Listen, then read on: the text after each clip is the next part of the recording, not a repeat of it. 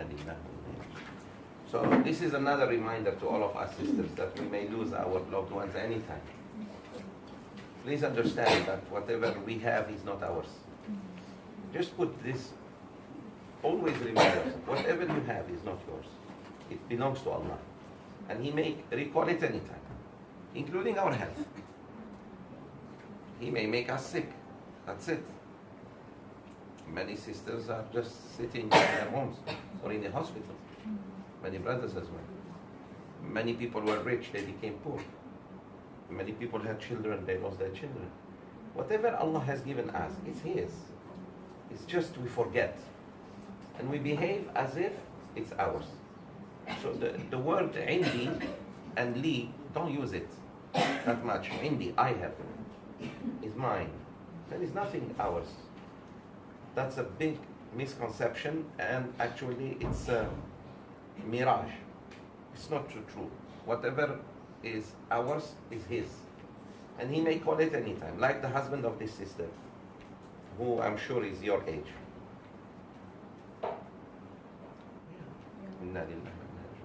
Yeah. So that's why we need to be prudent, extremely prudent with Allah, and show manners towards Him by at least shukr. And before we ask Him for something, please do this from now on. Before you ask Allah for something, would you please thank Him first for what He has given you? Allah is ready to give you more and more and more until you die. But I think it's very impolite to ask before we thank. You know what I mean? For example, somebody gave you something, gift right now. Before you ask, say at least thank you for this. Then say, can I have more, please? But you didn't even say thank you. You want to have more? Just trust Him. In any aspect of life, not just Hajj. So we need to have yaqeen in Allah and love Him and do something that pleases Him. You have to have something to please Allah with for Allah to grant you your wishes. You cannot just get it like that. And all Allah wants is you do good. That's it. Any form of good. He doesn't even specify what is it. You are good in sadaqah, do sadaqah. You're good in salat, pray. You're good in fasting, fast. You are good with an yatim, please do so. Things like that. Okay? Alright. MashaAllah, very emotional class. Takbir. For Salat Janazah, Yes. if we come late, how do we join? Very good. Because it's built in the For Salat Janazah, if you come late, you just say salam with the imam. Yeah. No, you just join. Let's say you missed one takbirah. There are only 4 takbiras. Allahu Akbar, Al-Fatiha. Allahu Akbar. Salat al-Ibrahimiyya. Allahu Akbar. Dua for yourself, for the dead. And the 4th takbirah, dua for yourself. Then the imam says salam alaikum, right? We say salam alaikum. If you ever come late, you miss, let's say, 1 takbirah, you made only 3 or 2 takbiras, it's okay. Just follow. Just follow. Women can join men as long as they are not too close. That's it. You're not too close in a situation where it's really close, like this or too much. No problem. If you go to the back and pray, even any other jama'ah, not just Salatul Janazah. You're the only lady in a surah. Well, where do I stand? I stood right in the middle. Yeah, that's correct. It's okay. It's just we are not used to it. Yes. That's why I'm telling your sisters, please, careful. Careful at least to avoid the shock. That's all. Whatever Allah has given us is temporary. And my issue with visa, it's a great reminder to all of you. You just don't get it. Some of you still don't get it. That this sheikh who is in front of you, whom Allah has given you, can be taken anytime. Please understand that. American audience understood that. Those who were too close benefited. Those who stayed far lost everything. And now they regret it. Because I was there to serve them. So those who were very close to me took advantage. Those who, okay, one day, that's it. Now they're biting their fingers, as we say. That's why when Allah gives you someone, you know, anyone, including your kids, just love them and cherish them and be near them as much as you can. And once they go, they go. Parents, especially parents. Be close as much as you can. Visit them, give them, love them, khalas, because they are about to go.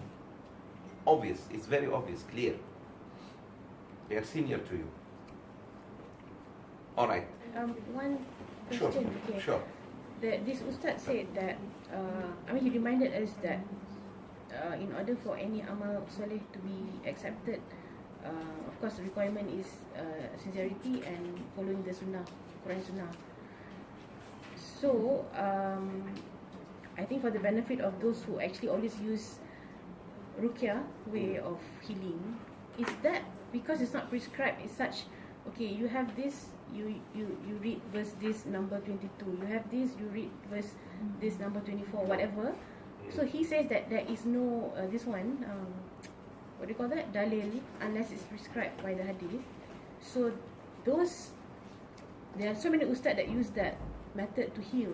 He said not only the ustad didn't teach the sick ones what it means and this and that, but they just, like Panadol, like they just give this. So that is actually not right. Right? It's not right, because the Prophet ﷺ didn't do that.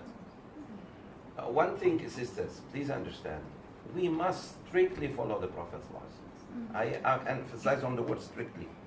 No more, no less, until you die. Meaning we must learn the sunnah. So what did Rasulullah ﷺ used to do, for example, when he gets sick? Besides reading any surah and wipe on the place where he feels really pain, he used to look for any medicine of his time. But he was not reading ayah so and so when he feels there is, let's say, evil eye. He starts reading this ayah. When he feels the stomach, he reads this ayah. When he feels his eye hurting, he reads this. It's not like that.